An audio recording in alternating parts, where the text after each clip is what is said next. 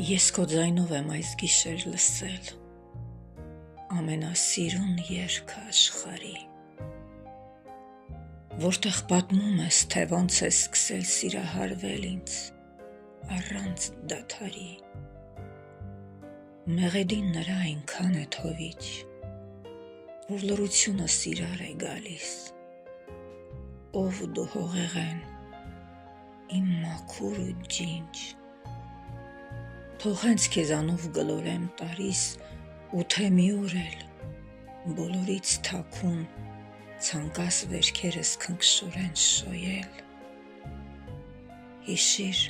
որ ցավի եւ իմ արանքում